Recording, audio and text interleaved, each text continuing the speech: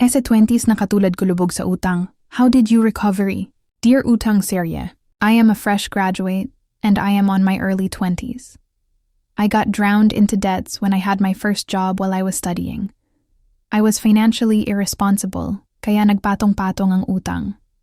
Napapaikot ko naman before pero I had to resign this year to focus on my OJT. Now, nasa collection agencies na yung debts ko.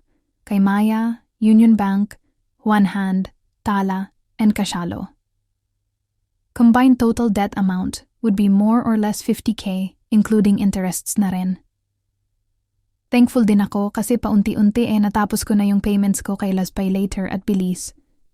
Wala naman kasi akong balak takbuhan yung loans ko, I just need more time para makaipon, then kapag meron na, magbabayad na ako including interests, or if pwede mapakiusapan na principal IMT lang, better sana. Now I just signed my contract sa bagong work with 15K basic pay. I know that it's not a lot, but compared sa minimum wage offers, pinatos ko na ito. I am also thinking of working 2 jobs at once. Bail, this job that I landed is graveyard shift. VA ako. Tapos I am planning to apply for 9-to-5 jobs related to my degree rin. Double income sana kahit until the end of the year lang.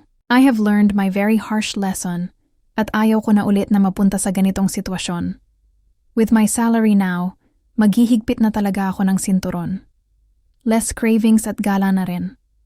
I need to be a real adult this time. Pakikiusapan ko rin for now ang parents ko na hindi muna ako makakapag-abot at babawi na lang ako sa kanila sa susunod. Hindi nila alam ang loans ko. Wala akong courage to tell them. I'd rather settle this on my own kaysa to add burden sa kanila. Kayo ba?